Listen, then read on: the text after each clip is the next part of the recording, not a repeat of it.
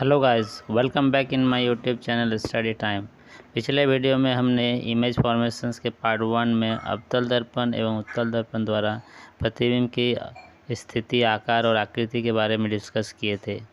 आज उसी को एक्सटेंड करते हुए इसका पार्ट 2 लेके आए हैं।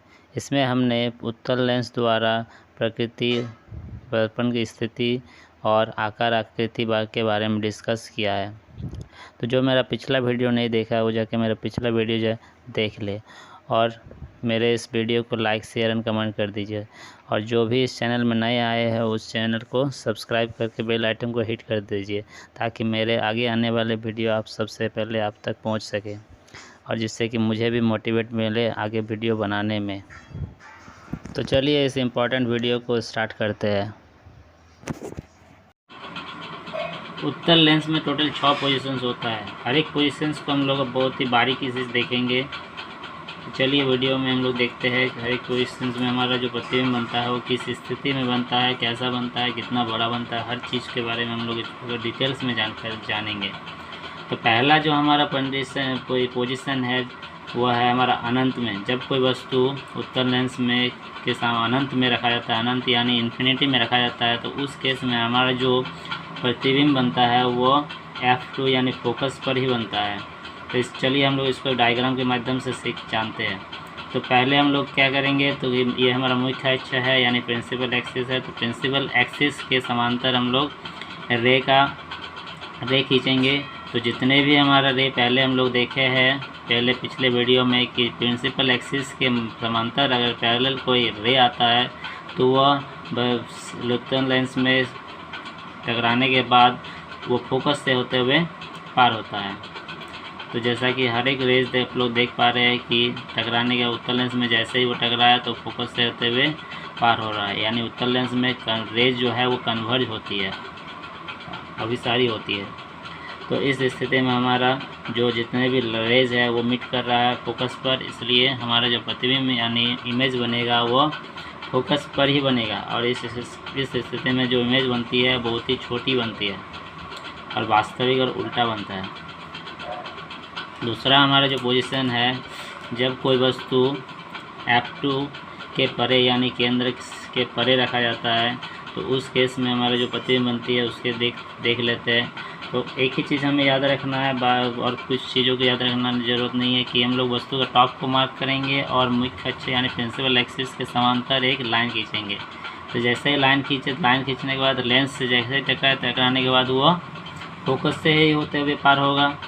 तो फोकस से होते हुए पार हुआ। फिर दूसरा जो हम लोग लाइन खींचेंगे वो वस्तु का टॉप को और केंद्र बिंदु से होते हुए लाइन खींचेंगे। और इस तरह ये दोनों लाइन जहाँ भी मीट करेगा तो वहीं पे हमारा जो प्रतिबिंब है प्रतिबिंब की स्थिति होगी।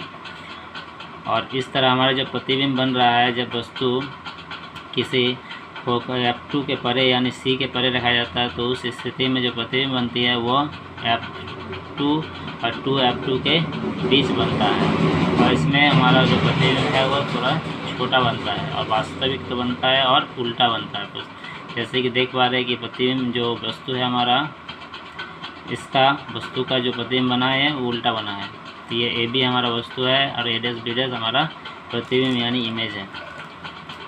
और तीसरा जो हमारा पोजीशन है कि जब कोई वस्तु हमारा F1 के में F2 F1 में रखा रहता है यानी केंद्र पर रखे रहते हैं, तो उस केस में हमारी जो प्रतिबिंब बनती है वो F2 पर यानी केंद्र पर ही बनता है। तो जैसा कि आप देख पा रहे हैं हम लोग वही चीज़ को दोहराएंगे कि बस प्रिंसिपल एक्सिस यानी मुख्य अक्ष के समांतर एक रे खींचेंगे और फिर उसको हम लोग फोकस से होते हुए पार होगा, टकराने रिफ्लेक्ट होगा। और दूसरा जो हमारा जो ही है वस्तु के केंद्र टॉप को मार्क करेंगे और केंद्र बिंदु से होते हुए एक लाइन खींचेंगे। तो इस केस में हमारा जो वस्तु का दोनों जो रे मिल रहा है, मिट कर रहा है, वो हमारा इस स्थिति में मिट कर रहा है, इसलिए जो हमारा प्रतिबिंब बनेगी वो C2 पर बन रहा है। और जो चौथा हमारा कंडीशन है, पोजीशन है, जब कोई वस्तु हमारा F1 और 2F1 के बीच रखा रहता है तो उस केस में हमारी जो प्रतिबिंब बनती है, तो इसके लिए भी हम लोग वस्तु के टॉप को मार्क करेंगे और मुख्य अक्ष के समांतर यानी पैरेलल लाइन खींचे। लाइन खींचने के बाद वो रिफ्रैक्शन हुआ फोकस से होते हुए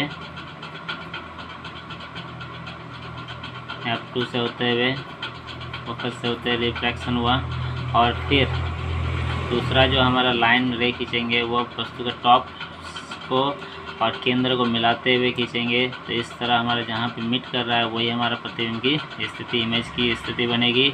और इस केस में हम लोग देख पा रहे हैं कि जो स्थिति प्रतिबिंब की स्थिति बन रही है वो F2 के परे बन रहा है और वस्तु से बड़ा हो रहा है और उल्टा और वास्तविक बनता है।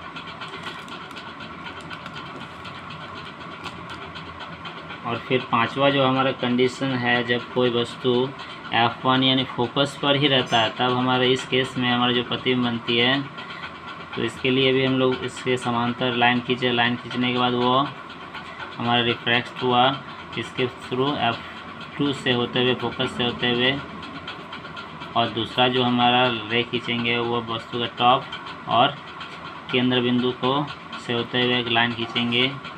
ये हमारी वस्तु है A और B। तो इस स्थिति में हमारी जो प्रतिबिंब बनती है वो अनंत में बनता है, बहुत ही दूर बनता है और बहुत ही बड़ा हो बनता है। और एक हमारा अपवाद रहता है जो कि इन सब रूलों को फॉलो नहीं करता, जिसको हम लोग एक्सेप्शन में रखते हैं। इस केस क्योंकि पहले जितने भी हमारे 5 कंडीशंस था, पोजीशंस था, पांचों पोजीशंस में हमारा जो प्रतिबिंब बन रहा था वो दाएं तरफ बन रहा था। जो भी है वो राइट साइड में बन रहा था, उल्टा बन रहा था, वास्तविक उल्टा बन रहा था। लेकिन इस केस में हमारी जो प्रतिबिंब बनती है वह लेंस के बाएं तरफ ही बन जाती है। तो चलिए इसको भी देख लेते हैं। तो जब इस कंडीशन में जब हमारा वस्तु जो है F1 और मतलब फोकस और केंद्र बिंदु के बीच कहीं रखे रहते हैं, तो उस केस में वस्तु की जो प्रतिबिंब बनती है वह लेंस की तरफ ही आगे ही बन जाता है।